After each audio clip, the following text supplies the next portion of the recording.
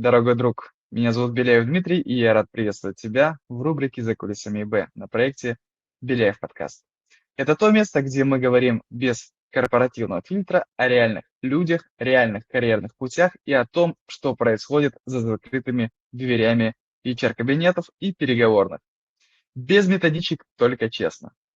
Сегодня у нас в гостях Екатерина Днепровская. Это тот человек, которого ты точно читал, даже если не знал ее имени. Ее материалы про рынок труда, АТС-системы и алгоритмы найма интересны абсолютно для всех. Кто хоть раз задавался вопросом, почему я отправил 50 откликов и не получил ни одного ответа. Екатерина – основатель HR-стартапа и агрегатора вакансий поиск вакансий.рф, руководитель департамента AI и HR, исследователь и также карьерный маркетолог и промпт-инженер в области AI-карьер. За плечами у Екатерины более 20 лет в найме. Она работает HR-директором, работала, разумеется, HR-директором в MTV Russia, строила HR-функцию в розничных сетях и консалтинге. А сегодня помогает кандидатам взламывать алгоритмы найма в хорошем смысле этого слова. Ее суперсила, она знает, как АТС читает ваши резюме изнутри. И она расскажет тебе правду о найме в 26 году, которую HR-директора обычно не говорят вслух. Сегодня мы разберем, кто сейчас реально держит власть на рынке труда. Кандидат или все-таки работодатель? Как ИИ меняет правила игры в найме? Почему увольнение в 25% компаний соседствует с активным наймом 43%? И что это значит лично для тебя? Разговор жесткий, честный и практичный. Поехали.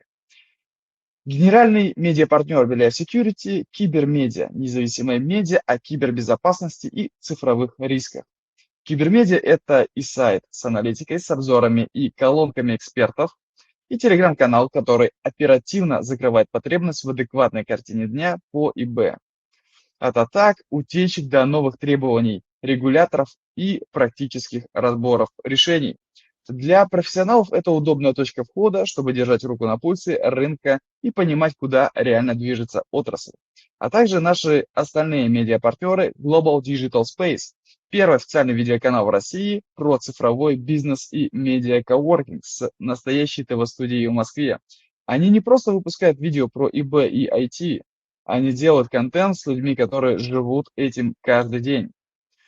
Следующий наш партнер – это Код ИБ, проект Код ИБ Профи, выездной интенсив для ЦИСа и руководителей по ИБ. 2 дня практики, киберучений и мастер-классов от топовых экспертов отрасли, а затем 2 дня приключений в горах Сочи. Здесь обсуждают реальные кейсы, обмениваются опытом и находят сильные профессиональные связи.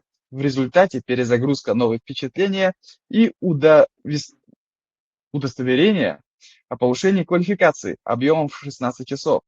До 10 июля действует минимальная цена и скидка в 5% для слушателей подкаста по промокоду Беляев. Подробности будут по ссылке в описании этого ролика, когда он будет на наших платформах. Напоминаю, что также наш контент можно будет смотреть и читать, и слушать более чем на 19 площадках, а также теперь еще и на платформе CISA Club. Ну, а теперь переходим мы к основной части, переходим как раз-таки к самой важной, это как раз-таки вопросы.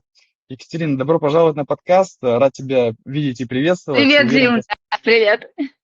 Уверен, что наш диалог и те вопросы, на которые дадим сегодня ответ для наших слушателей, будет очень полезен и релевантен. Итак, исследование показывало, что ИИ-рекрутеры предпочитают резюме, написанные нейросетью, в 97% случаев. Это конец честного найма или начало нового неравенства, когда алгоритм нанимает себе подобных. Как ты думаешь, Кать? Во-первых, всем привет. Всех рад приветствовать. Сегодня у нас прекрасная погода. И, соответственно, конечно, мы входим в летний сезон поиска работы, когда, казалось бы, должно немножко все подрасслабиться, но расслабляться нам не стоит. Потому что, как ты правильно сказал, совсем недавно было выяснено о том, что на фоне большого количества дискриминаций, с которыми мы и так сталкиваемся регулярно, у нас появилась еще одна. Она называется AI-биос, либо ее еще называют некоторые и нарциссизм. Что это значит? Это значит, что когда и алгоритм, который находится внутри самой популярной платформы HeadHunter, я буду говорить ее как монополиста рынка, а также М, все АТС, практически все АТС-системы у нас сейчас точно так же вооружены а, алгоритмами на основе генеративных нейромоделей, а это важно для мгм, нас, потому что мы под термином «И» будем сегодня понимать только генеративный «И». мгм. Никакого машинного обучения сейчас практически в автоматизированных системах в HR не используется. Это нужно просто понимать. Потому что с машинным обучением Хорошо. нам было бы проще, а с Ага. генеративным сложнее.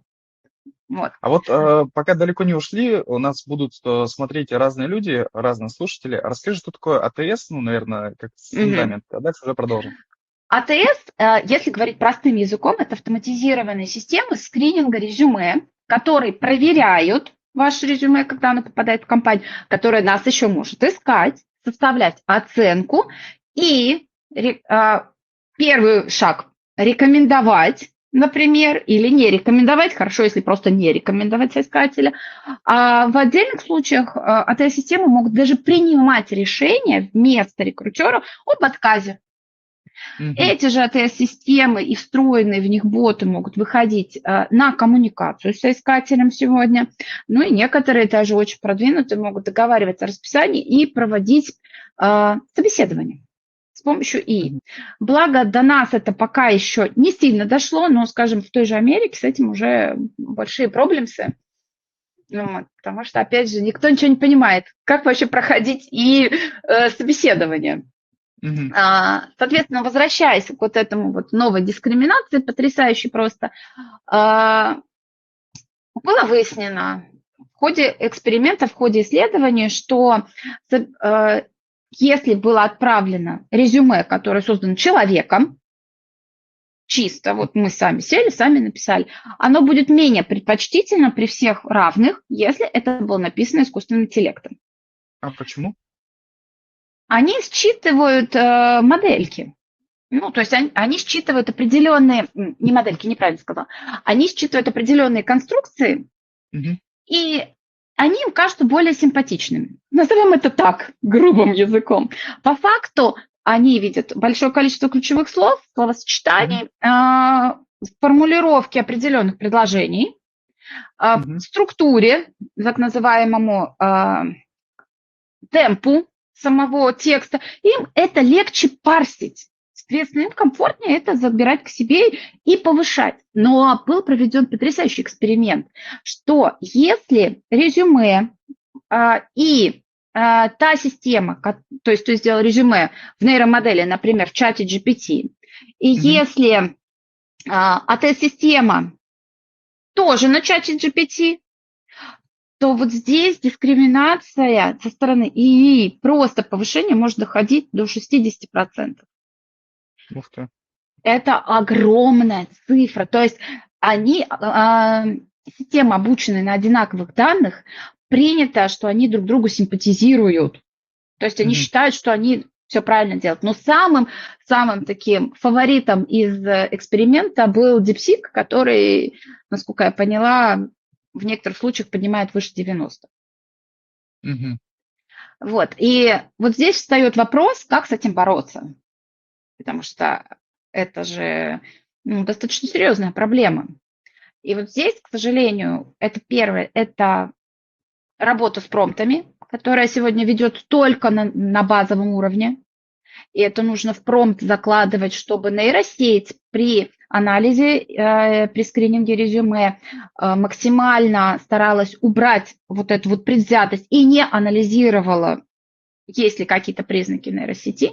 И есть второй метод, который, к сожалению, не применяется еще пока нигде в мире. Ни в мгм. одной АТС-системе мира его нет. Это называется управляющий вектор. А, Это когда мы загружаем данные, и вот представь себе стрелку на спидометре, мы ее Мгм. начинаем принудительно поворачивать из одного положения в другое.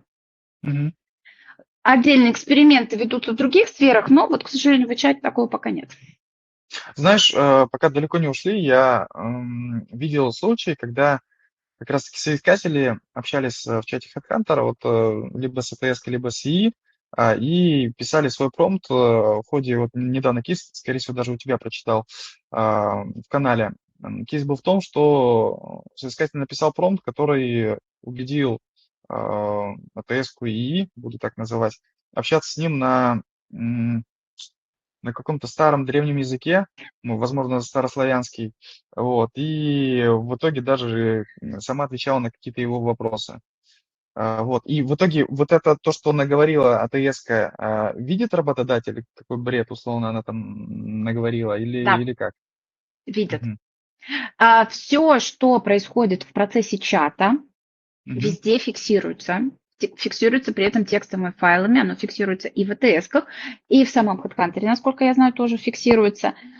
Ну, то, что происходит, и вообще вот это общение в чате, которое Мгм. сейчас становится довольно популярным, здесь есть, с одной стороны, большие плюсы, потому что если у тебя в резюме недостаточно какой-то информации, Мгм. то ишка выходит с тобой на коммуникацию, ты можешь какие-то моменты дорассказать. Мгм. Минусы. А теперь пошли минусы. Первое. Если ты Ну-ка. отказываешься общаться, ты говоришь, позови мне, пожалуйста, оператора, Мгм. то в HeadHunter, например, часть яишек может сказать, очень жаль, и закончить диалог. Ага, Все. понятно. И все. То А, есть и вакансия тут же закрывается. То есть вакансия как бы создается под вот этот диалог. мгм. Каким-то чудом, но происходит тут же закрытие. Ну, Также, интересно. когда мы говорим про чаты, почему в них нужно обязательно разговаривать и общаться? Да? Что первое, если мы отказались общаться, рекрутер, конечно, может дойти, если мы берем какую-то продвинутую АТС-систему. Но Мгм. есть нюанс. На фоне большой конкуренции на рынке не надейтесь, что рекрутер дойдет. Мгм. Ну, правда.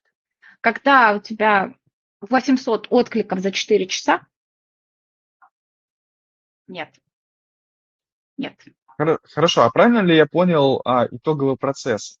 Смотри, сначала резюме соискателя анализирует АТС, проводит скрининг этого резюме, возможно, какую-то градацию по процентам показывает работодателю о его, ну, условно, соответствии той или иной вакансии.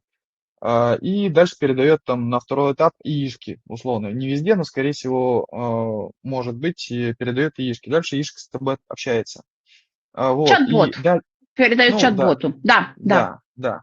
И дальше, если ты удовлетворил чат-бота с ИИ своими ответами, он передает данные непосредственно рекрутеру, и только тогда уже начинается первый этап прозвона HR и знакомства с тобой. Если мы говорим про бигтех, именно так все обычно происходит. Мгм. Потому, А, здесь делаю нюанс, потому что мгм, подключение любого вот этого чат-бота– это мгм, дополнительная оплата, даже внутри самого же HeadHunter. Поэтому не все, даже крупные компании, могут себе это позволить. Но большинство стараются сегодня подключить вот вот этот и-чат для мгм, осуществления первичного контакта. То есть это дополнительный еще один шаг в воронке, который мы проходим до получения оффера. мгм. Но здесь есть еще один нюанс, который касается, опять же, Ну-ка. чат-ботов, и который выясняется только в рамках чат-ботов. А внутри HeadHunter сейчас тестируется, и мы находимся в рамках вообще большого глобального эксперимента. Система на основе искусственного интеллекта, конечно же, которая каждой вакансии к чату формирует 10 вопросов. 6 из них Мгм, обязательны, 4 из них желательны. Все 10 мгм, вопросов она может придумать сама. мгм, А еще рекрутер может из этих 10 какие-то убрать и написать свои. мгм, Первое. Он может написать те критерии, которых нет в вакансии. мгм, И ты, соответственно, получаешь кота в мешке. То есть ты не знаешь этого, ну, давай представим ситуацию, предположим, у тебя написана вакансия на фронт разработчика, предположим, да, мгм, и там написано, надо владеть реактом, а он тебя начинает спрашивать, ну, не знаю, по какой-то другой технологии. мгм, С чего вдруг? По скрытым критериям. Второе. То есть ты не можешь Секунду, даже... пока далеко не ушли, мне кажется, вот этот случай мне знакомый, я хотел бы уточнить. Окей, например, у меня опыта работы в React нету, но, например, я знаю, ну, там, условно, там, JavaScript. Вот. Что будет, если я отвечу вот этому чат-боту, что да, у меня нет опыта в React, но, учитывая то, что я знаю такие-то языки, для меня не составит проблемы разобраться в нем и, условно, там, быстро войти в нужное русло. Все замечательно, этот ответ будет записан, но ты не получишь за него 100% баллов. То А есть сколько получу? никто не знает. Никто не знает. При этом здесь важный момент про то, что мы не можем, вообще никто не может точно сказать, насколько... Вот давай представим словарь синонимов. Вот, Мгм. например, руководитель и менеджер. Синонимы на сколько? На Мгм. 0,95 или на 0,75? Или на 0,080? То есть руководитель равно руководитель, это 1 балл. А если Мгм. менеджер, а если лидер, это руководитель?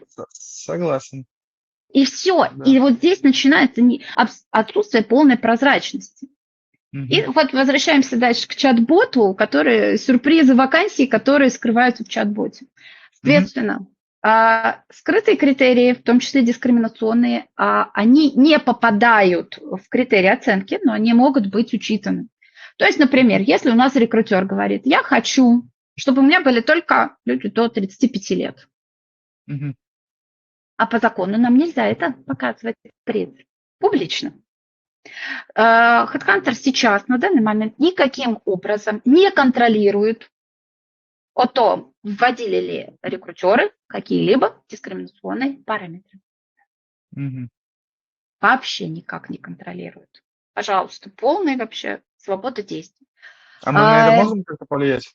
Нет, вообще никак. Потому что это М. непрозрачно. Мы не видим этого. Это не публично. Это только в личном кабинете и те критерии, которые задаются к вакансии. Мгм. Дальше. Например, у меня был потрясающий кейс. Я смотрела одну из хороших, на самом деле, ТС-систем, которые вот так, у них же встроен этот вот чат-бот, и они искали главного бухгалтера. Мгм.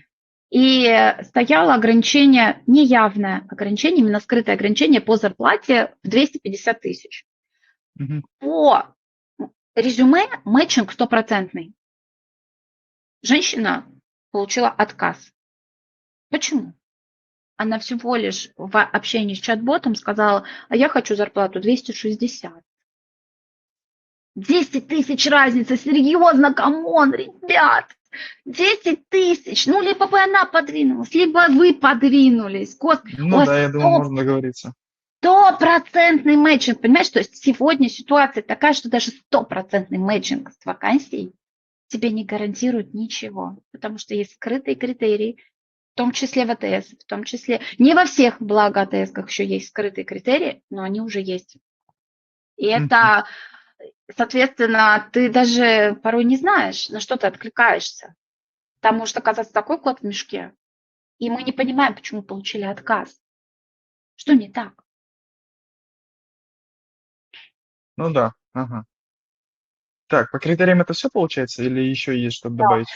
Нет, все. То есть мы переходим в чат, да, Мгм. общаемся в чате, все наши ответы собираются, и на основе нашего резюме плюс наших ответов Мгм. формируется оценка, которая есть в HeadHunter. Повторюсь, она внедрена еще, благо, не ко всем компаниям, Мгм. но они продолжают этот процесс очень активно.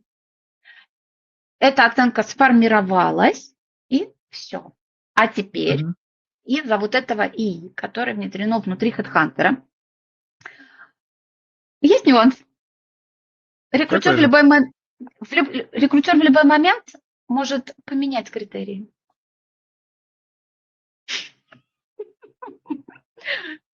Знаешь, такое ощущение, будто бы игра в наперстки. Вот положил туда шарик, да, и Мгм. перемещаешь.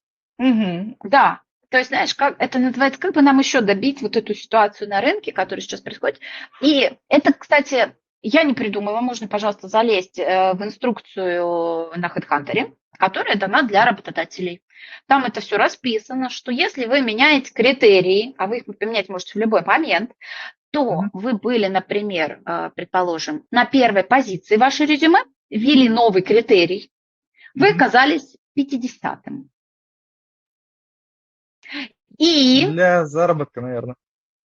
я не знаю, я не буду говорить теории заговоров и так далее, знаешь, но здесь момент, что если работодатель поменял критерии, то робот к вам повторно вас опрашивать не придет.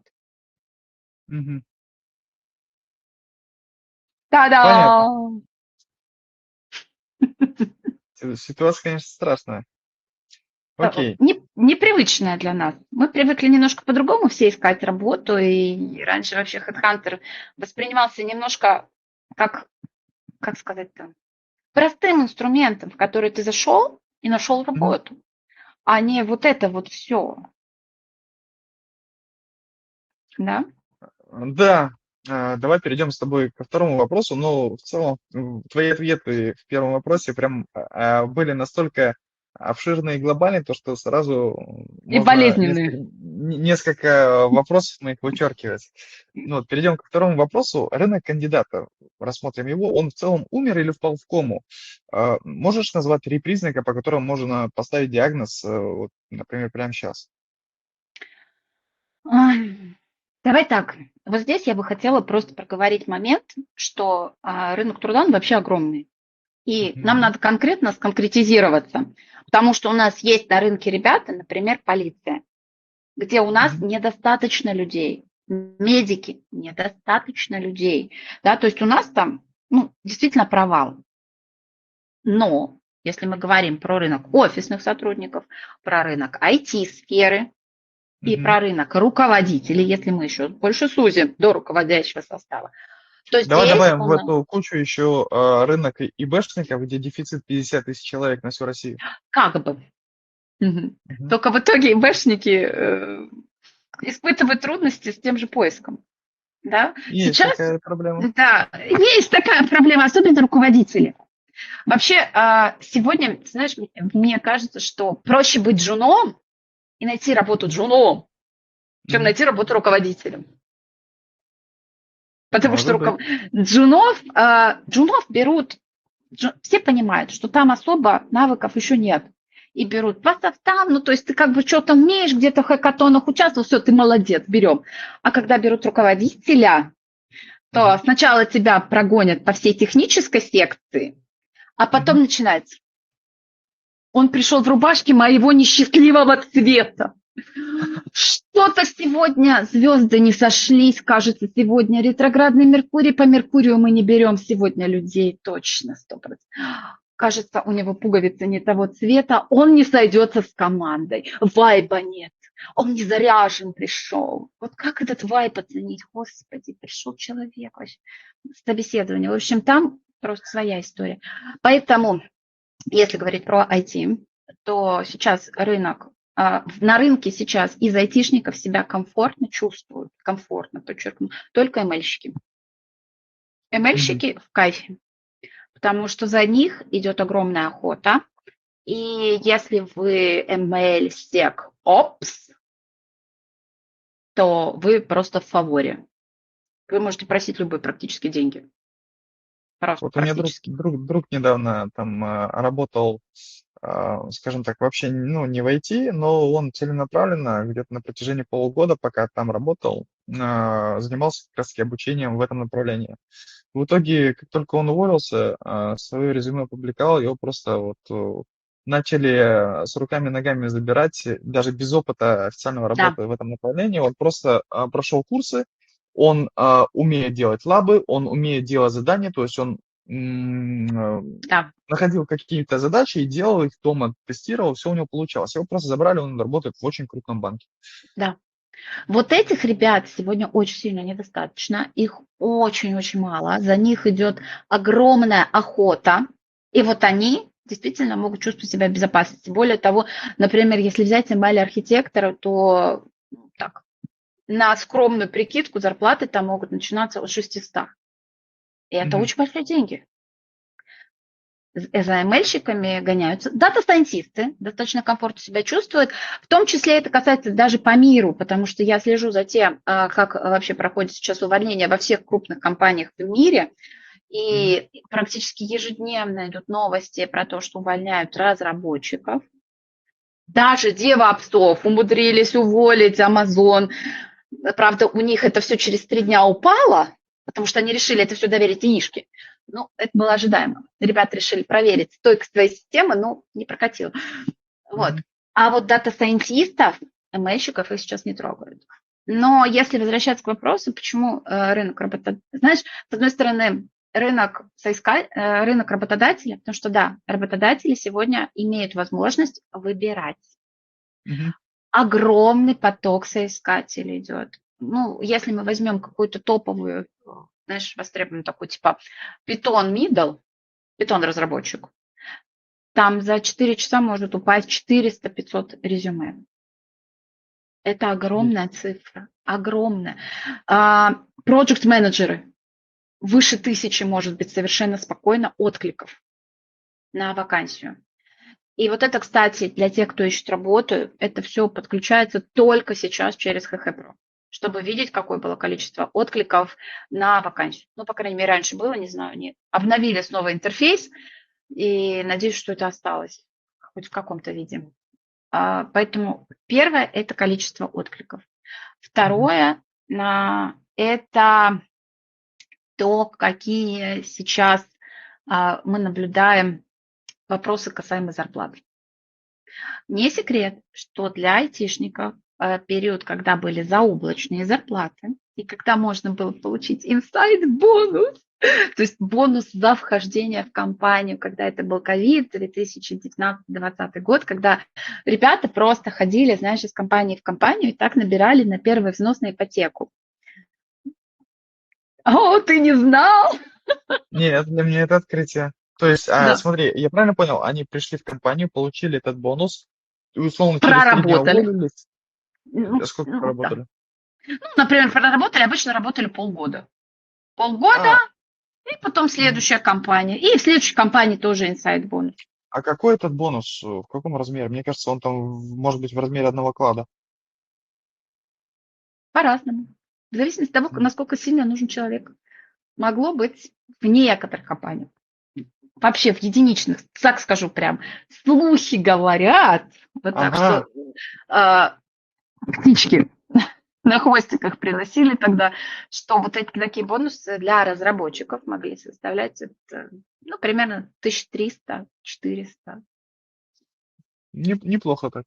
Да, Приветственный бонус. Ну, ребят, такое закончилось. Все. да, да. Сейчас была хохма, объявление о стажировке, вакансия, все. И потом в конце, ну, конечно, за стажировку платите вы. Стажировка оплачиваем. Вы платите за стажировку, чтобы у нас работать. Это безумие Практически какое-то. вообще просто так жесть. Соответственно, есть тренд на то, что зарплаты сейчас так интенсивно, как было раньше, не растут. И работодатель, в связи с тем, что у нас огромное количество сейчас людей на рынке, могут ставить вилку ниже.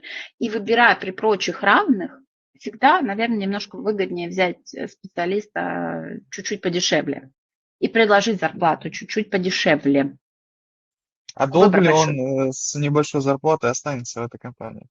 А вот это вопрос к поливоркингу, который тоже стал такой легкой подачи определенных людей, стал еще и публичным, потому что поливоркинг был всегда, это не секрет ни для кого. Просто поливоркинг был в формате, там, знаешь, я работаю до 6 в одной компании, с 7 там, до 10 работаю в другой. А сейчас ребята научились совмещать сразу 2 работы одновременно. Я слышал кейсы, когда там определенные уникумы до 6 работ даже умещали, но писали, что были проблемы с синхронизацией созвонов, то есть чтобы успевать и там, и там, и там на созвонах, но даже такие находились. Это вообще такие отдельные личности, да, есть. Но, ребят, я проговорю так. У меня есть знакомые, которые пробовали совмещать вот так поливоркинг именно полноценный на 2 работы. Это очень сложно. Вот мой знакомый, он выдержал всего неделю. Через неделю он сказал: ребят, я не могу, простите, мне плохо физически, потому Мгм. что здесь много работы и здесь много работы. И совместить это все одновременно, это приводит к очень сильному выгоранию. И в погоне вот за большими деньгами и большой прибылью можно получить такое же жесточайшее выгорание, что потом потратишь больше денег на антидепрессанты. Ну да, о здоровье нужно заботиться. Ты затронула тему как раз-таки шизофрении, я бы хотел к этой теме вернуться. Я Да. Не, ну, собственно, там слово у тебя пробежало такое, да. Я хотел бы следующий вопрос как раз-таки в эту тему задать тебе. Сокращение в 25% компаний и одновременный найм 43. Как это вообще существует? И это шизофрения рынка или все-таки умная сегрегация? Смотри, здесь есть вообще очень странный момент на рынке, который нужно понимать про рынок вакансий, особенно то, что сейчас происходит в HeadHunter. Не все то, что объявляется, что идет найм, на самом деле найм идет. Вот А такой почему? вот заковыркой. А, Первая важная история – это бренд. Многие компании публикуют вакансии не для того, чтобы нанимать, а для того, чтобы показывать: хей, посмотрите, мы ведем найм, позайдите, посмотрите, какие мы классные, показывают инвесторам: хо-хо, какие мы крутые, классные, как у нас все вовлечено. Это, кстати, в Америке такой же кейс, очень похожий, когда директоры по персоналу, они размещали вакансии, все, но никого не нанимали. Все это делать для того, чтобы потом на совете директоров сказать: посмотрите, сколько у нас откликов, сколько людей хотят о нашей компании знать, сколько людей хотят с нами работать, мы такие крутые, классные, в общем, вот такая история. То есть это А, надо понимать, что это вот такая игра с брендом. А нет А ли тут обратной стороны, когда есть SLA, то есть если вакансия долго, ну вот она есть, она опубликована, но долго никого не нашли, там же SLA и премии могут страдать у тех же HR. когда мы говорим про брендовые вот такие вот вакансии, или Мгм. вечные вакансии, или вакансии для проверки рынка, соответственно, к ним не привязываются никакие KPI на закрытие. Ага, Вот. Ты понял. правильно заметил, что рекрутеры у нас живут как, ну, простите, как продажники. То есть им важно количество закрытых сделок, количество Мгм. вышедших людей в оферы. Но здесь нет. Часть вакансий публикуется для того, чтобы проверить, какие деньги просят люди. То есть мы еще не Мгм. собираемся никого нанимать, мы просто хотим узнать. Вы даже можете прийти на собеседование в эту компанию, озвучить, а потом, хоп, и компания исчезла. Так называемый гостинг. Да? Пришли в гости и ничего никак не сказали. Поэтому, Мгм. когда объявляют, это еще совсем не значит, что найм действительно будет. Знаешь, сказать еще не значит жениться. Вот это хорошая фраза в этом. А вот Мгм. то, что сокращения идут, и идут на самом деле по миру огромные сокращения, вот здесь правда. И в связи с тем, что это пытаются прикрывать сейчас тем, что вот мы внедряем искусственный интеллект, в некоторых случаях это связано просто с финансовыми проблемами в компании. Но есть важный нюанс. В прошлом году, вот месяц назад, скажу так, месяц назад в Китае прошел как будто бы первый кейс про то, что сотрудник отсудил у компании какую-то денежку и восстановление на работе за то, что его уволили по причине И. Он доказал, что Мгм. это была дискриминация со стороны И, так делать нельзя. И что это был первый как будто бы прецедент в этой сфере. На самом деле нет. В прошлом году, летом, у нас уже был в России такой прецедент. Ух ты. Юридически. Да. Про него очень мало пишут, про него очень мало говорят и очень мало знают. Женщина была уволена из логистики. Причина И, что мы вас заменили искусственным интеллектом. Она Мгм. пошла в суд и доказала, что нет. Хотя компания всячески пыталась доказать, что нет, это связано было не с тем. Женщина получила годовую премию, годовую вот эту. Была восстановлена на работе, она, правда, тут же уволилась, было сразу сказано в истории, но получила вот эту компенсацию. И суд встал на ее сторону. Мгм. И это важный прецедент, вот такой, что ИИ сегодня может выступать и в таком качестве. Хотя, ты знаешь, сразу сделаю, вот совсем недавно читала интересную аналитику про то, что не секрет, что идет инфляция навыков из-за ИИ. Мгм. Вообще никому не секрет, да, что, например, ты там, не знаю, 5 лет учился делать баннеры. Вот 5 Мгм. лет делаешь их круче всех на рынке. Твои баннеры, например, рекламные супер продают. И ты такой, приходишь в компанию, я вам буду делать баннер, я хочу 500 тысяч. Я лучше, они такие, а у нас есть и все, и все. То есть Классика, да. вообще, то есть все обнулилось. Инфляция полная твоих навыков, все, что ты делал. Но сегодня мы говорим на рынке про совершенно новое явление, которое называется инфляция и навыков. То есть не только навыков человеческих, но и яичных. И как это проявляется? Те нейромодели, которые использует компания для работы, они устаревают. И, соответственно, предположим, у вас было чат GPT 4, а, Мгм. предположим, вышло чат GPT 10. Я сразу прям в будущее прыгну. Все. Мгм. Ваша модель устарела, у вас инфляция навыков, вы при этом накапливаете устаревшие навыки, это называется. В вашей Мгм. компании идет накопление устаревших навыков. Поэтому сейчас мы говорим даже вот про такие вещи. Окей, хорошо, Кать. Смотри, я встречал на своей практике такой интересный случай. На меня выходила компания ИБшная на HeadHunter и, собственно, писала, что мы заинтересованы в вашем резюме, вашим опытом. А, Пожалуйста, ответьте там на несколько вопросов, заполните анкету. Вот, ссылочку я проверил, ссылочка оказалась безопасной.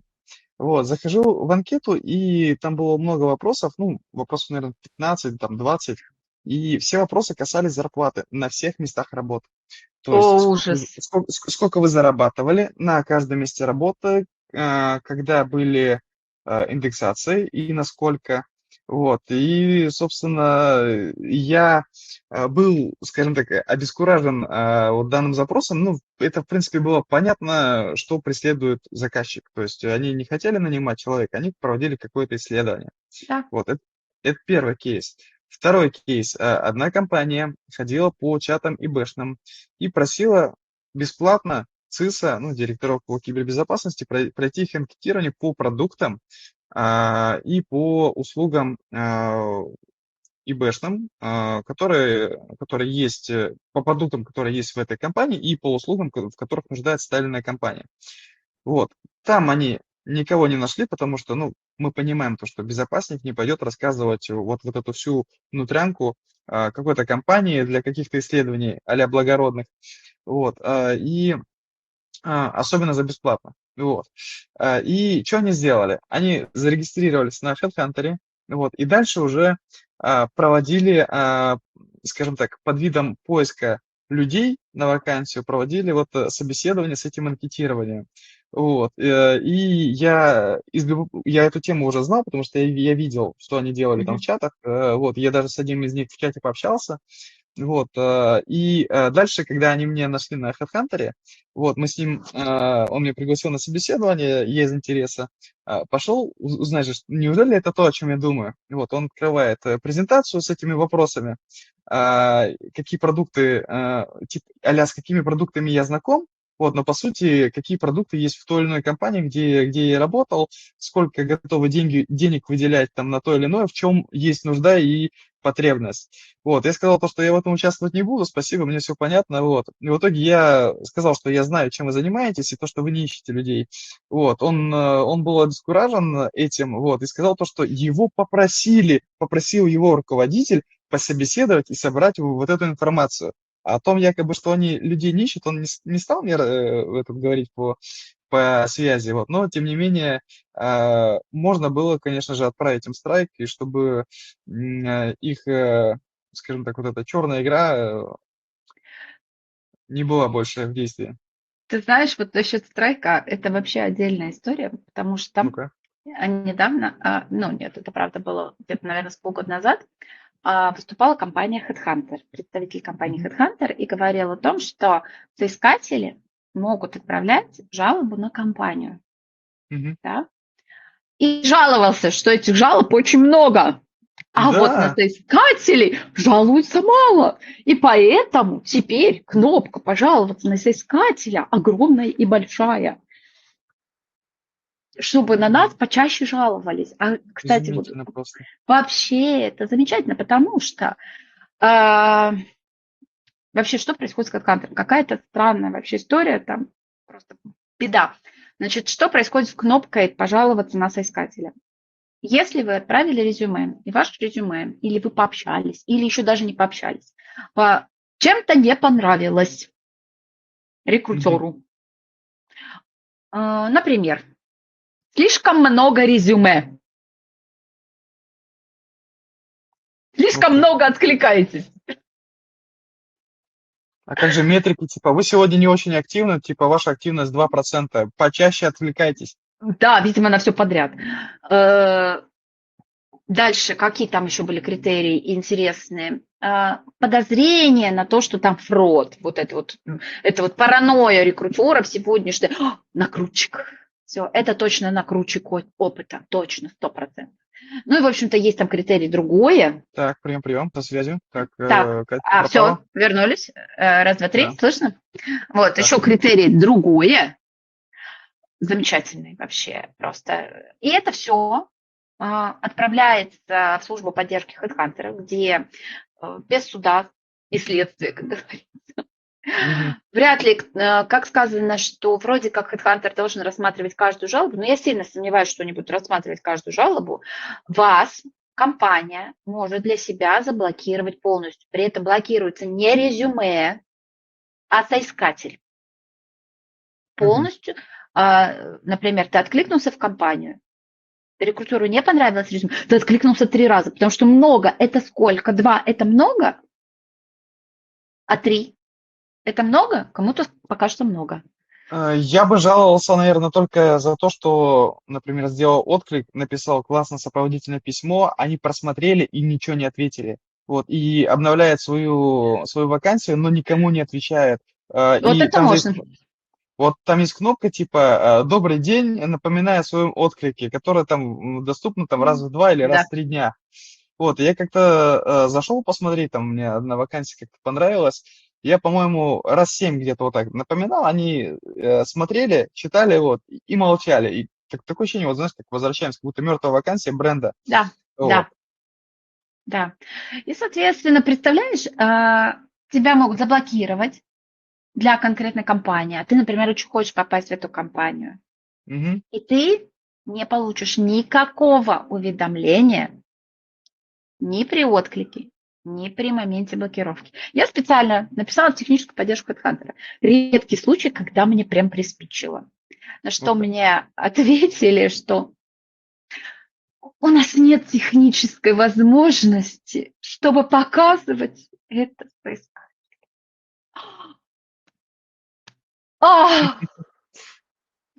Ну, Нет можно было у них технической спросить, возможности.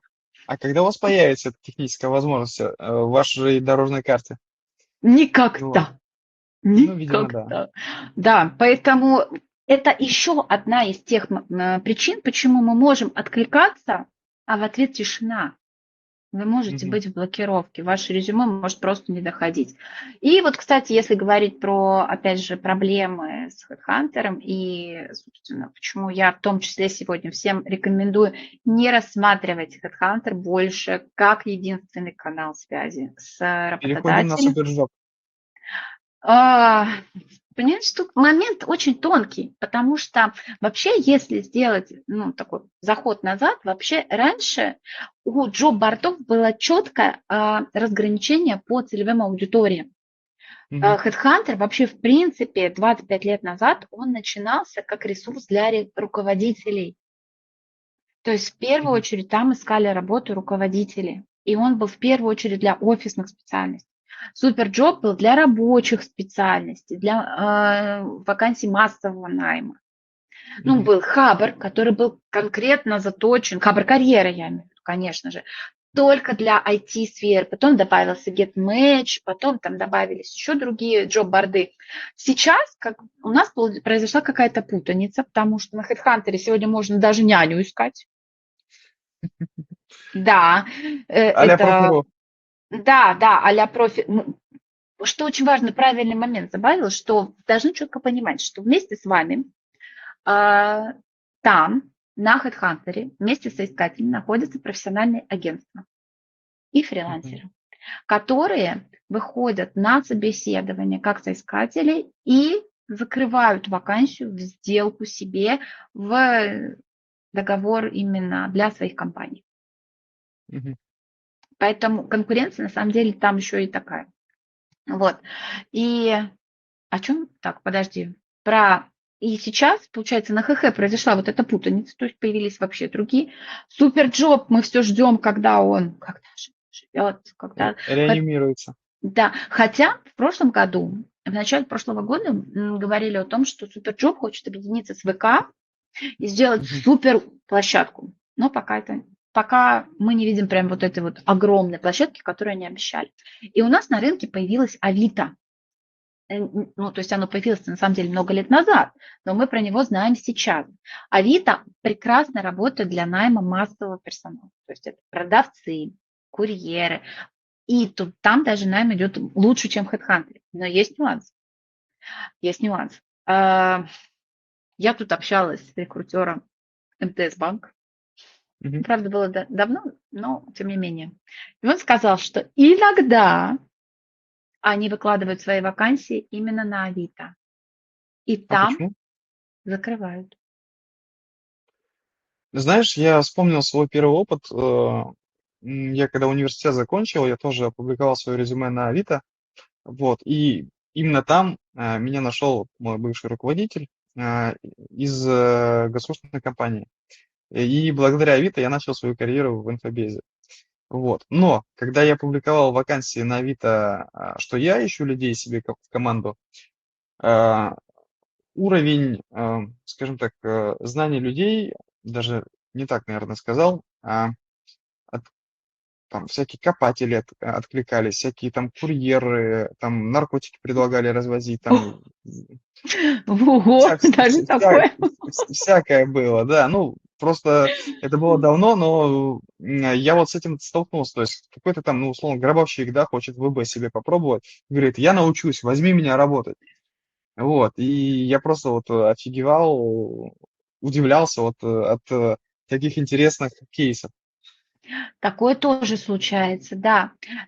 И поэтому, когда мы сегодня вот говорим про, в том числе каналы, а какие джоб-борды у нас есть, Мгм. и мы понимаем, что HeadHunter уже больше не тот джоб-борд, где несколько лет назад, особенно это касалось IT-специалистов, когда ты выложил резюме, вечером у тебя 3 оффера. Все, это больше не работает.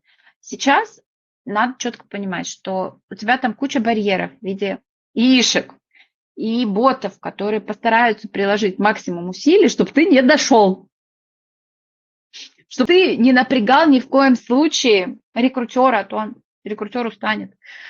Мгм. Вот, разбирать эти 800 откликов. Поэтому идем в альтернативные каналы. Да, надо понимать, важно, что поиск работы сегодня очень длинный. Обычно говорят про срок 6 месяцев. Недавно я уже где-то в чатах видела 12 месяцев. Это Интересно. огромная, огромная цифра. И еще это касается конкретно IT-специалистов, Мгм. особенно бигтеха. Период самого найма стал длиннее. Мгм. Период проверки стал длиннее. Опять же, из-за того, что особенно это касается вот специалистов разработки, идут проверки со стороны безопасности, Мгм. накрутки опыта, проверки на накрутку опыта. Сейчас проверяют, не подписан ли ты на некие там, не те телеграм-каналы, вплоть до такого. И это может быть в том числе, ну, там, рассматриваться как один из моментов, а почему бы и нет. Мгм. И поэтому надо это закладывать в период найма и понимать, что все достаточно сложно. Также есть важный момент, который касается в основном только бигтеха и крупного финтеха. И можете мне не верить на слово, надо заходить на сайт и проверять. Я всегда это говорю, перепроверьте за мной, потому что у меня может быть информация на текущую секунду, а у вас будет информация на текущую секунду. Это Мгм. касается бигтеха. Значит, когда вы откликаетесь, если вы получили отказ, особенно отказ с собеседования, вы Мгм. попадаете в так называемый, как я это называю, фриз. Что это значит? Что в течение определенного периода времени все ваши отклики не будут рассмотрены. А конкретно эту вакансию или на все? Скорее всего, на все. Мгм. Это нужно уточнять у вашего рекрутера. То есть, если вы получили отказ, выйдите с рекрутером на диалог. И задавайте вопрос не «почему вы мне отказали?», «почему нет?», потому что никто вам не будет сейчас отвечать, хотя по закону должны ответить «почему нет?». Задайте важный и нужный для вас вопрос. Я могу откликаться в вашей компании сейчас на другие вакансии и быть рассмотренным? Это первый вопрос, который вы задаете, когда вы получили отказ. Мгм. Второе, когда я могу сделать повторную попытку? Мгм. Потому что, когда мы говорим опять же про бигтех, именно этот период вы закладываете себе в календарь. А теперь, внимание, даты, господа. Сбербанк 6 месяцев. Яндекс от 6 до 12 месяцев. Авито 6 месяцев. Островок, насколько я знаю, тоже 6 месяцев. ВК, насколько я знаю, мы знакомые рассказали, 6 месяцев. Альфа-банк. Зависит от того, какая была специальность, от 6 до 12 месяцев. Мгм.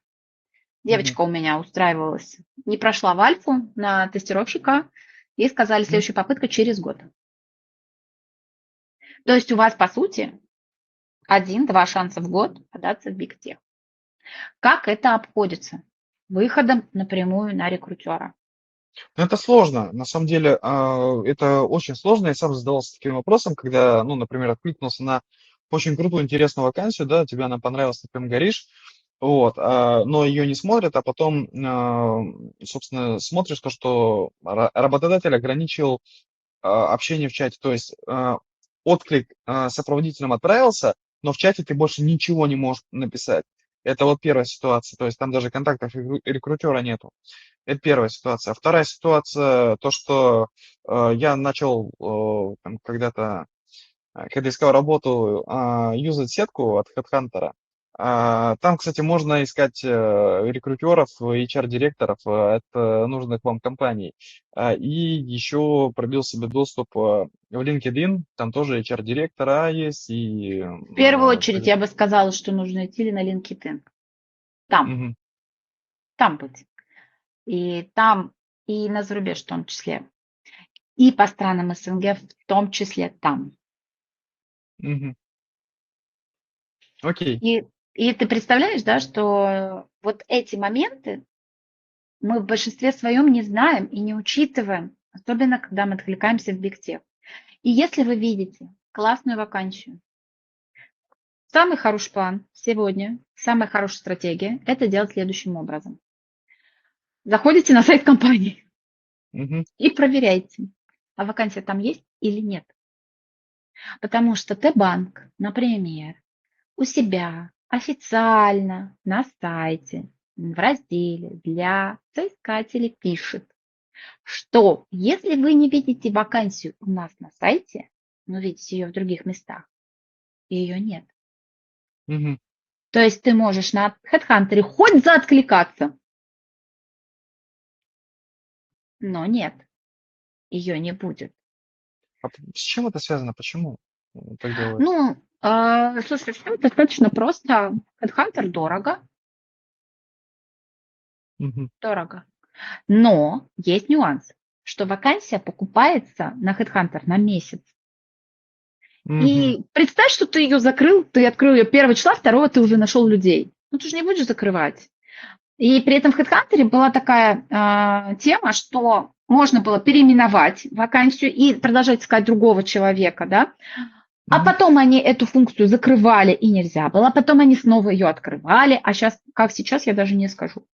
То есть она в связи, особенно в связи с тем, что они сейчас все это прогоняют через яишку, я вообще сейчас, ну, так, я вижу баги, я вижу какие-то недоделки, и вот это все сейчас большим колом там накапливается, и как сейчас, я даже не скажу. Но то, что ее могут оставить, а может быть ситуация обратная. Общалась с рекрутером МТС, и она говорит следующее.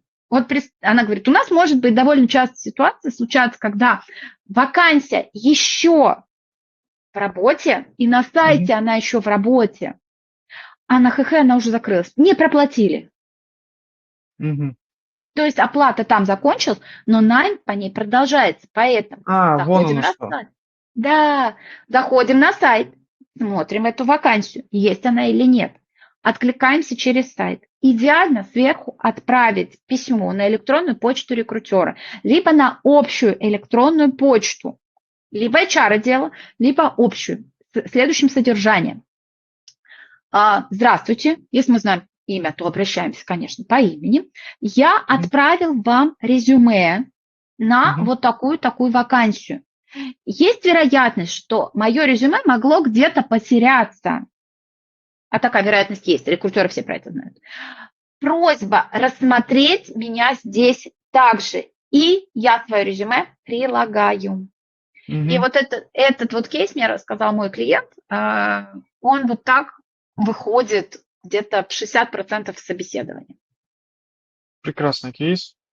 Да. Мгм. Соответственно, вы выходите на коммуникацию. И когда-то давным-давно, да и не давным-давно, еще год назад, два, наверное, всем казалось, что если мы отправляем на общую электронную почту, особенно в HR куда-нибудь, да, письмо, то это в никуда. Все, можно забыть, помахать ручкой и сказать, все, это тишина. Но а, сейчас, особенно если мы говорим про компании IT крупные, системных интеграторов, то есть Big Tech они тоже, но особенно просто крупные, то, по словам самих же рекрутеров, я была на IT на форуме в марте, и Мгм. часть рекрутеров озвучивает, что их электронная почта проверяется руководством, поэтому Мгм. они обязаны вам написать ответ. Хоть какой-то, но ответ. И вот здесь в противовес этому выступает Telegram, где ты пишешь рекрутеру. Какой ответ чаще всего? Привет, я тебя нашел. Ты от меня Да, не скроешься. да-да-да. Привет, я тебя нашел. Но чаще всего очень многие жалуются, что в Телеграме невозможно найти. А теперь представьте ситуацию, что рекрутеру пишет 100 человек единовременно в один день. Ну, Мгм. камон, ребят, реально, рекрутер может не успеть найти. А у меня, например, в Телеграме такое количество чатов, что я, честно, могу, правда, потерять иногда. Я стараюсь все просмотреть, но могу потерять, Мгм. да. И поэтому в этом плане электронная почта, особенно на фоне блокировок Телеграма, особенно на фоне того, что он то работает, то не работает. Электронная почта, отклик на сайте, либо отклик в LinkedIn. Но Мгм. когда мы говорим про LinkedIn, это своя, вообще совершенно другая какая-то вселенная, потому что там мало разместить резюме. Это ваш инструментарий, который нужно использовать в долгую. И это, знаешь, из всех вариантов ведения профессиональных блогов, да, о которых там все говорят, надо делать личный блог, вести и так далее. Самый лучший вариант, ребят, аудитория сразу вся, да, вас сразу видно, сразу вы заметны. Ну, можно еще сетку. И, как ни странно, еще у нас есть одна социальная сеть, про которую я почему-то вообще, я крайне возмущена, что про нее создатели очень мало что рассказывают. Очень мало. Она мега крутая. Это называется сетка TenChat. Мгм. А, Это ребята пытаются сделать аналог LinkedIn. То есть там Я пробовал там работать, мне не понравилось. Людей там сложно найти. То есть ты знаешь, например, там фио человека, который тебе нужен, и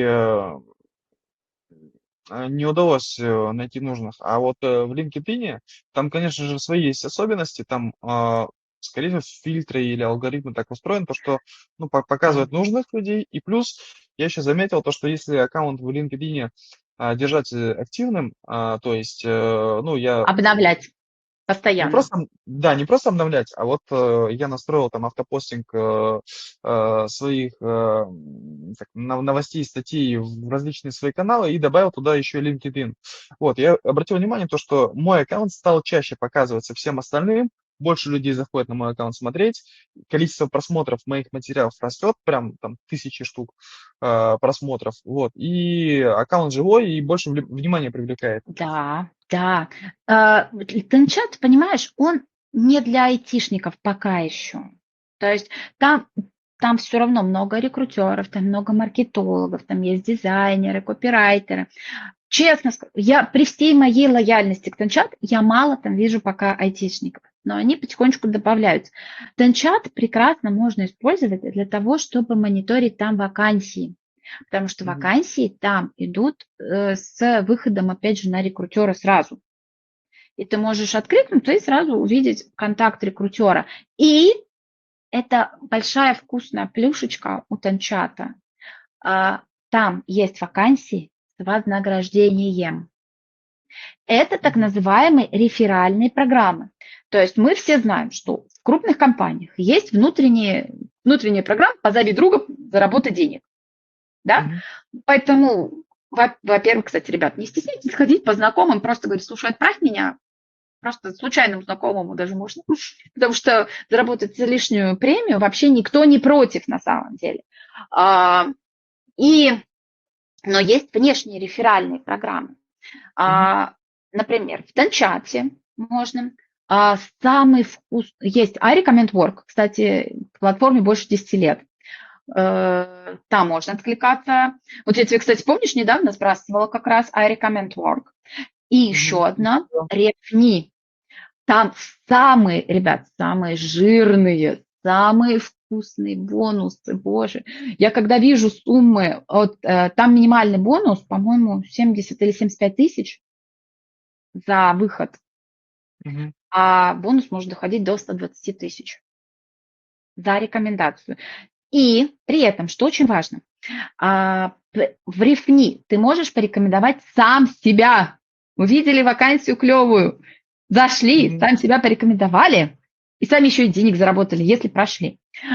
Есть еще узкие программы, реферальные от самих компаний, но они Мгм. внешние, но чаще всего они направлены на поиск не IT-специалистов и узкопрофильных специалистов, а чаще всего Мгм. они про найм консультантов, менеджеров за, ну, вот такого вот формата, да. Поэтому заходим, смотрим, регистрируемся, рекомендуем себя, монетизируем свои контакты. Почему бы и да? Ну да, согласен. Найм может быть и очень выгодным, если вы сможете себя правильно порекомендовать или своих друзей. И вот здесь мы Мгм. переходим к теме «О май гад, бедное несчастное резюме». Окей, давай перейдем к следующему вопросу. Мы с тобой прям углубились в недра самых таких болезненных точек, с которыми мы сталкиваемся. Но у меня все-таки еще остались такие вопросы тоже очень интересные. В Болезненный? Рос- Ну давай. Болезненные, да. В России появились так называемые профессиональные увольняемые. Люди, которые провоцируют конфликты и зарабатывают на компенсациях через суд. Это рациональная стратегия или симптом сломанной системы, как ты думаешь? Слушай, вообще, если говорить про найм сейчас у нас, то он в принципе весь там подломан, тут подломан, тут подломан. И появление вот таких ребят на фоне, опять же, поливоркеров, на фоне Мгм. тех, кто ну, не просто накрутил опыт, но есть ребята, рекрутеры, слушай, рассказывали потрясающую историю, что парень, короче, они парень подобрал ментора себе, который похож внешне на него, и он же Мгм. прошел вместо него собеседование, и вот так выходит Мгм. на работу, где-то отвечает вместо него. Да, на фоне вот этого всего профессионально увольняемые, это, конечно, это вот в плеяде вот этого всего. Это показывает о том, что у нас есть уязвимые процессы, о том, что в том числе есть какая-то некоторая раздраженность к этим процессам, а у некоторых людей даже озлобленность. Почему? И, ну, а почему человек должен, знаешь, если человеку хорошо на работе, если его ценят, если ему классно, ну, он будет в нормальном уме бегать вот так, увольняться по компаниям? Нет. Нет, нет. Вот, и это вопрос и найма, это и вопрос в том числе работы в самих компаниях, некоторые из которых, не все, есть клевые компании, правда клевые, в которых хочется работать, а есть тех, в которых хочется убежать. Мгм. Окей, давай перейдем с тобой к следующему вопросу. А, Работодатель ставит невыполнимые KPI, переводит на удаленку, например, в регион, лишает премий. В целом, это законно и почему это вообще работает? Почему так позволяет делать? Вот здесь это вопрос, как если к вам начали применять такие меры, Мгм. готовьтесь к увольнению. Мгм. Обычно, когда к соискателям, и это истории соискателей для этого есть, э, обычно так начинают принуждать к увольнению, создавая условия, в которых не всегда комфортно работать. Что касается лишения премий, то премии можно лишить. Для этого нет никаких ограничений, потому что это Мгм. не зарплата. Зарплаты нельзя лишить, а премии можно. Мгм. То же Мгм. самое касается вывода с удаленки, о том, о чем многие сейчас пишут. Извини, А, премии можно лишить даже той, которая прописана в оффере? в оф- а оффер у нас пока что не попадает под действие трудового законодательства. Пока. Но уже сейчас идет обсуждение о том, чтобы оффер, именно оффер, Мгм. был официально подтверждаемым документом наравне с трудовым договором. Если в трудовом договоре вдруг прописана премия, обычно ее не прописывают, то здесь уже нарушение. Да. Обычно премия идет за выполнение каких-то KPI, за выполнение каких-то требований. Соответственно, Мгм. если требование не было достигнуто, премия не получена. Есть такой момент. И здесь надо смотреть по ситуации, что у вас написано в документах. Абсолютно то же самое касается и вопросов, когда вас начинают выводить в офис. Если у вас в трудовом договоре, зайдите и посмотрите, что у вас там написано в графе «Место работы». Мгм. Если у вас в месте работы прописано Москва, то тогда вы можете здесь говорить: слушай, я не очень хочу в офис. Можно, пожалуйста, я болею, пятка болит, очень не хочу, да? Но вывести могут, потому что Москва. Но, опять же, это может быть и поводом для увольнения. Когда была вот эта вот сложная ситуация у нас в 22 году, не будем о ней Мгм. говорить, да, у многих ребят полетели увольнения. Почему? Не то место работы. Как увольняли, как уволить легко? Ты работаешь в Таиланде, а по договору ты должен работать где? В Москве, на Мгм. конкретном адресе. Многие еще и прописывают конкретный адрес, даже если ты на удаленке. Поэтому, когда мы подписываем трудовой договор, мы должны понимать вообще, о чем мы подписываем и на какие условия мы соглашаемся. И либо мы Согласен. принимаем, либо не принимаем. Согласен. У меня есть еще очень интересный вопрос. Смотри, средняя стоимость замены одного сотрудника равна 5,2 оклада. Уход ключевого человека это примерно 250% годовой зарплаты. Почему работодатели продолжают экономить на удержании? Давай так. На фоне увольнений, которые сейчас идут, они ничего не теряют. Они пытаются оптимизировать и заменить людей яишкой. Мгм. Да? А, Дальше. Второй момент касается самой компании. То, какая культура в компании.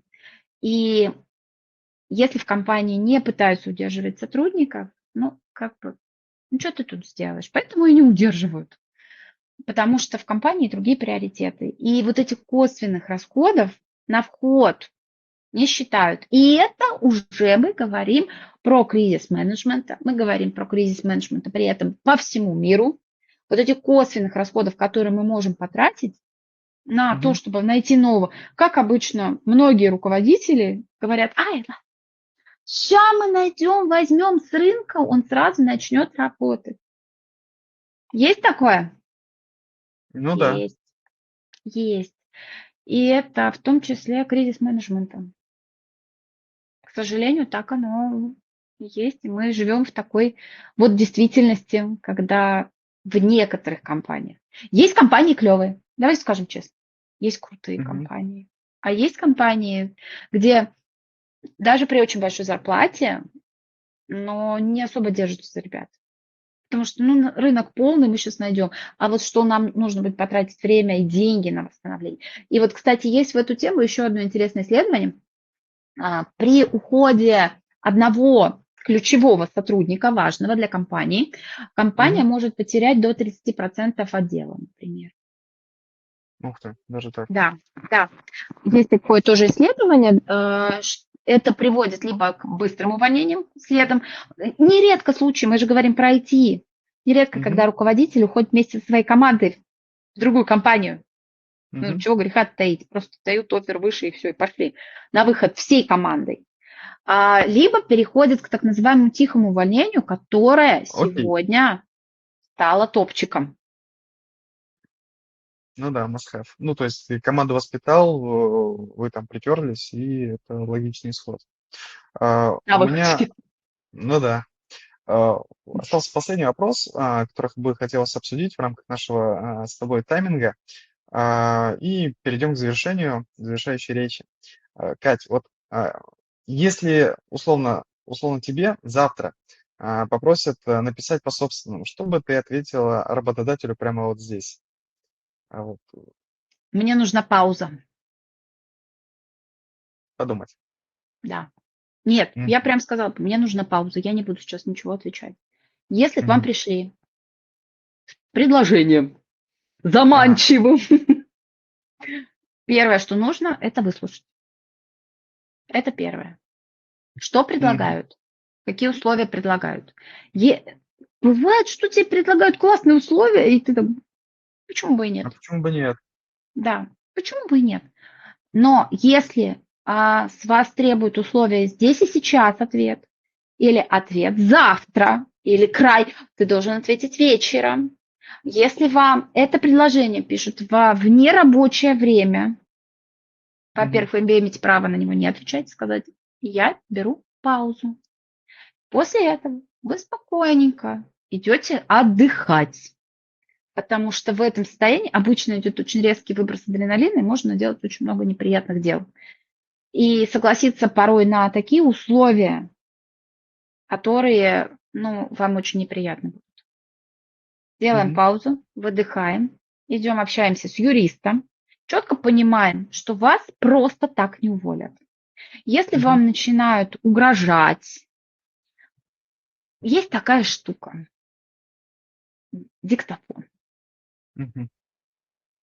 Когда вы получили письмо счастья или встречу счастья, что вам нужно увольняться, любая встреча записывается на диктофон. А Абсолютно насколько любая. законов в суде будет использовать эти данные? Об этом спорят, можно ли это использовать. Но оно может быть не приобщено к делу, но рассматриваться оно все равно будет, как принуждение к увольнению. Мгм. Далее, очень классно всю коммуникацию начинать строить в формате после встречи к принуждению к увольнению мне Мгм. была поставлена вот эта задача. Это все фиксируем в документах. Это очень сильно не любят работодатели. И здесь важно понять, что на вас могут давить, вам могут угрожать. Если вы чувствуете, что вы перестали находиться в безопасности, обратитесь к Мгм. юристу. Вы в России человека, сотрудника уволить очень трудно. Только если вас продавят и вы напугаетесь. Спокойно выходите на ту коммуникацию и на те условия, которые вам нужны. Не готовы? Работайте с юристом. Юристов тоже, благо, по этим делам сейчас много. И прецедентных прав тоже много. Потому что даже вот недавно я подписана на хорошую группу в Телеграме, профсоюзная называется, ребята выкладывают кейсы с увольнениями. И вот парень рассказал свой кейс про то, что его начали пугать уголовкой, Мгм. что если ты не уволишься, мы откроем на тебя уголовку. И он написал, он говорит, открывайте. Открывайте. И сверху пишет заявление на то, что его принуждают к увольнению, нарушают его трудовые права. Они встретились в суде. Мгм. Парень выиграл. Прекрасный кейс. Да? А, Поэтому не надо бояться. Это нервно. Это надо понимать. Вы жили, жили, жили, и вам тут бах, и начинают на вас давить. Чаще всего это происходит с давлением. мгм, Не с позитивом, а с давлением. Приготовьтесь морально, поймите, что это просто временный этап. мгм. Хорошо. Сыграем быстренько в блиц-игру. Хорошо, давай. Супер. Я буду стараться задавать тебе вопросы быстро, Хорошо, насколько могу. хорошо. А ты должна на них, не раздумывая, отвечать да или нет. Договорились. Поехали? Супер. Хорошо. Ты когда-нибудь нанимала человека, зная, что он не подходит? Да. И скрининг резюме — это дискриминация? Что еще раз? И скрининг резюме — это дискриминация? Наверное, неправильно сама формулировка. И если применяется только и ответ, то да, может встречаться дискриминация. Не всегда, но да. До Окей. 90%. Мы это обсуждали. В России рынок труда честнее, чем 5 лет назад? Нет, Ты хоть раз сама писала резюме через ИИ? всегда. Рынок соискателя — это миф, который HR придумали для руководства или нет? Смотря в какой профессии. Ага, окей, оставим так. Ну, ML-щики, подожди, у ML-щиков чисто рынок соискателей. Мгм. Какую хочешь зарплату проси, всю дадут. Ну да, скорее всего, да. Удаленка как инструмент выдавливания сотрудников. Ты видела это в реальности? Выдавливание с удаленки, Да, имеешь в вернее, виду? Да. через, скажем так, Лишение. ну да, да, да, ты лишаешь человека удаленки, и он увольняется из-за этого. Да, Встречала ли ты это ранее? да. Окей. Можно сегодня построить карьеру без LinkedIn, HeadHunter и нетворкинга? А как? Ты же общаться должен. Да, ну мало ли. Нет, можно, если ты ML-стейкопс. Окей. Честно, фидбэк при отказе кандидату в России — это реально? Да, Если бы ты знала, что тебя сократят через полгода, ты бы уже сейчас начинала искать работу? всегда ищите работу. Никогда не Супер. прекращайте, даже когда работаете. Рынок труда в России станет честнее в ближайшие 3 года? Нет. Спасибо, Кать, ты отлично справилась. Мы с тобой классно Надеюсь, поговорили. я никого не дискриминировала, и что меня не придут коллеги говорить, боже, что ты наговорил. Не переживай, я никому твой адрес не дам, телефон тоже не дам, но при желании могу указать там контакты на твои каналы и Да, соцсети. здорово. Подписывайтесь, Вот. подписывайтесь и приходите к нам в поиск вакансий, искать вакансии с сайтов компаний, а не те, которые опубликованы на ХХ. Да. Друзья, если сегодня мы в целом разобрали с Екатериной то, о чем в корпоративной среде принято молчать, как и меняют правила найма, кто реально держит власть на рынке труда в 2026 году и почему 25% компаний сокращают людей, пока остальные 43 активно нанимают. Э, Мы обсудили это честно, довольно-таки откровенно с Катей. Вот. Она ответила на большое количество вопросов и предоставила просто уйму информации, которую можно просто разбирать на методичке и активно использовать эти лайфхаки в своей жизни. И, разумеется, если вы считаете, что данный подкаст был полезен, разумеется, дайте громкий сигнал обратной связи, подписывайтесь на мои соцсети, на проект Беляев подкаст, ставьте лайк этому выпуску, пишите в комментариях, в какой момент в вашей карьере рынок труда перестал быть честным и что вы с этим делали. Эти кейсы нам тоже будут интересно почитать. Разумеется, подпишитесь на канал Екатерины, и на ее проект. Там реально очень полезно и рассказывается о том, как выжить в современном рынке найма. Перекиньте ссылку на этот выпуск коллегам, возможно, именно он станет триггером для честного разговора в условиях работы в вашей компании. Берегите себя, с вами был Беляев Дмитрий и проект Беляев Подкаст. До новых встреч в новых выпусках. Пока.